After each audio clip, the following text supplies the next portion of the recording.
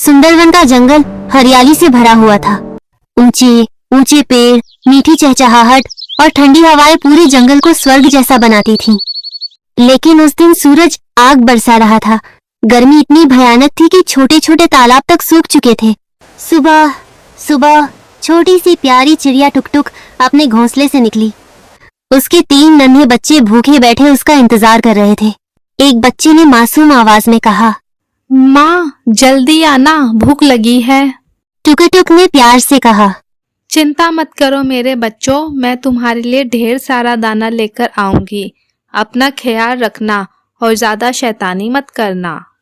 इतना कहकर वह आसमान में उड़ गई। वह दूर दूर तक उड़ती रही, लेकिन कहीं भी दाना नहीं मिला। गर्म हवा उसके पंखों को झुलसा रही थी।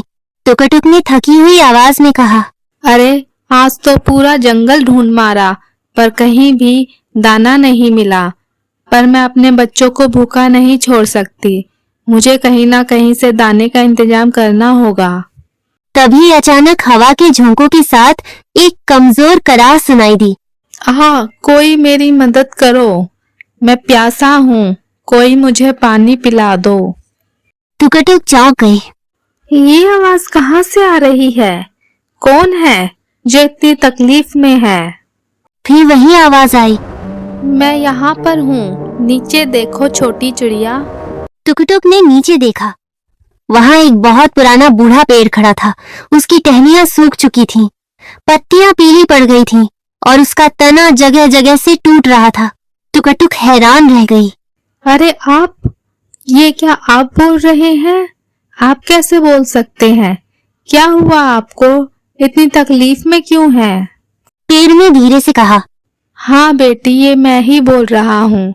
मैं सदियों से यहाँ खड़ा हूँ, पर अब सूखे की वजह से मेरा अंत समय आने वाला है। मेरी छालों में कीड़े लगे हैं और मेरी जड़ से पानी बिल्कुल खत्म हो चुका है। मैं बिल्कुल सूख चुका हूँ। टुकटुक की आंखों में दया भर आई। आप चिंता मत कीजिए बाबा, मैं आपको कुछ नहीं होने दूंगी। मैं आपकी सहायता करूंगी। पेड़ ने कमजोर आवाज में कहा, नहीं बेटी, तुम बहुत छोटी हो, तुम क्या कर पाओगी? वैसे भी मुझे लगता है अब मेरा अंत समय आ चुका है। टुकटुक मुस्कुराई।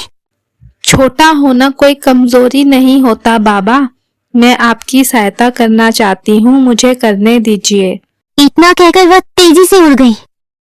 वह पास की नदी तक पहुंची, अपनी छोटी सी चोंच में पानी भरकर लाई और धीरे धीरे पेड़ की जड़ों में डालने लगी। फिर उसने अपनी नुकीली चोंच से पेड़ की छाल में लगे सारे कीड़े निकालने शुरू कर दिए। पेड़ ने राहत की सांस ली और कहा, आह, अब बेटी मुझे थोड़ा सा आराम मिल रहा है। तुम बहुत अच्छी हो। लेकिन टुकटुक नहीं रुकी। दिन बीतते गए। वह रोज पानी लाती, कीड़े हटाती और पेड़ की देखभाल करती। एक दिन पेड़ ने कहा, बेटी तुम खुद भूखी प्यासी रहती हो और मेरा इतना ध्यान रखती हो। तुम थोड़ा आराम कर लो। टुकटुक मुस्कुराई। बाबा, मुझे आपकी सहायता करने में संतोष मिलता है। जब तक आप ठीक नहीं हो जाते मैं चैन से नहीं बैठ सकती। धीरे धीरे चमत्कार होने लगा। सूखी टहनियों पर नई हरी पत्तियां उगाईं। पेड़ फिर से मजबूत और विशाल हो गया। लेकिन अब वह साधारण पेड़ नहीं लग रहा था। उसकी शाखाओं पर रंग बिरंगी चमकती हुई नेल पॉलिश की शीशियां लटक रही थीं। टुकटुक हैरान रह गई। बाबा, आप ठीक हो गए। आपकी टहनियों पर ये क्या चमक रहा है? पेड़ हल्के से हंसा। टुकटुक बेटी, मैं कोई साधारण पेड़ नहीं हूँ। मैं इस ब्रह्मांड का एकमात्र नेल पॉलिश का जादुई पेड़ हूँ। टुकटुक की आंखें चमक उठी। क्या? जादुई नेल पॉलिश का पेड़? क्या आप सच कह रहे हैं? पेड़ बोला, हाँ बेटा, तुमने निस्वार्थ भावना से मेरी सहायता की है, इसलिए मैं तुम्हें एक खास उपहार देना चाहता हूँ। उसने अपनी टहनी हिलाई। अचानक हवा में एक चमकती हुई सुनहरी नेल पॉलिश की शीशी तैरती हुई टुकटुक के सामने आ गई। पेड़ मुस्कुराया। लो बेटा, ये जादुई नेल पॉलिश है। इसे तुम अपनी चोंच पर लगाकर जो कुछ मांगोगी वह आपको मिल जाएगा। टुकटुक खुशी से उछल पड़ी। क्या? कुछ भी मिल जाएगा? शुक्रिया बाबा। पेड़ बोला, रुको, अभी एक उपहार और भी बाकी है तुम्हारे लिए। उसने दूसरी टहनी हवा में लहराई। देखते ही देखते पेड़ के पास एक सुंदर चमकता हुआ घर बन गया। वह घर बिल्कुल नेल पॉलिश की शीशी जैसा दिखाई देता था। पेड़ बोला, यह जादुई नेल पॉलिश का घर है, ये तुम्हारे लिए। तुम और तुम्हारे बच्चे इसमें बहुत आराम से रह सकते हैं। न इसमें गर्मी लगेगी, न इसमें ठंड लगेगी। टुकटुक की आंखों में आंसू आ गए। बाबा, आपने तो मुझे इतना सब कुछ दे दिया। लेकिन दूर एक बरगद के पेड़ पर बैठे दो दुष्ट पक्षी यह सब देख रहे थे, कालू कौवा और होलाबाज। कालू की आंखें लालच से चमक उठी। देख रहे हो, उस छोटी सी चिड़िया की तो किस्मत खुल गई।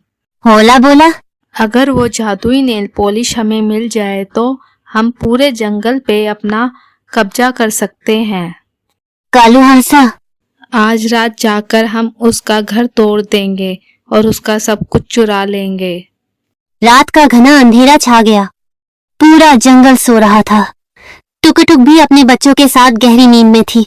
तभी कालू और होला दबे पांव वहां पहुंचे। होला फुसफुसाया, धीरे से चलो, कहीं वो जाग न जाए। डरपोक मत बनो, चलो दरवाजा तोड़ते हैं। दोनों ने मिलकर जादुई घर के दरवाजे पर जोर जोर से हमला करना शुरू कर दिया। धड़ाम, थक, धड़ाम। लेकिन तभी अचानक पूरा जंगल कांप उठा। जादुई पेड़ की आंखें लाल हो गईं। उसकी टहनियां तूफान की तरह हिलने लगी। पेड़ गुस्से में गरजा, मेरी बेटी के घर पर हमला करने की तुम दोनों की हिम्मत कैसे हुई? दोनों डर के मारे कांप उठे। अरे बाप रे, ये क्या है? जादुई पेड़? हमसे गलती हो गई, हमें माफ कर दो बाबा। वे भागने ही वाले थे कि पेड़ की लंबी टहनियां कोड़ी की तरह हवा में लहराईं। सटाक, सटाक!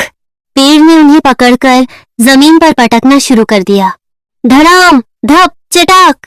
दोनों दर्द से चीख पड़े। होला रोने लगा। कोई बचाओ हमें! कालू चीखा। हमें जाने दो, हम दोबारा कभी नहीं आएंगे। दोनों घायल हालत में भागते हुए जंगल से गायब हो गए। शोर सुनकर टुकटुक बाहर आई। बाबा, क्या हुआ? ये शोर कैसा था? पेड़ ने शांत होते हुए कहा, बेटा, कुछ चोर आए थे तुम्हारी खुशियां चुराने, पर जब तक मैं यहाँ हूँ कोई तुम्हारा कुछ नहीं बिगाड़ सकता। उस दिन के बाद टुकटुक ने अपनी जादुई नेल पॉलिश का इस्तेमाल सिर्फ दूसरों की मदद के लिए किया। दोस्तों, अगर कहानी अच्छी लगी हो तो चैनल को सब्सक्राइब और वीडियो को लाइक करें।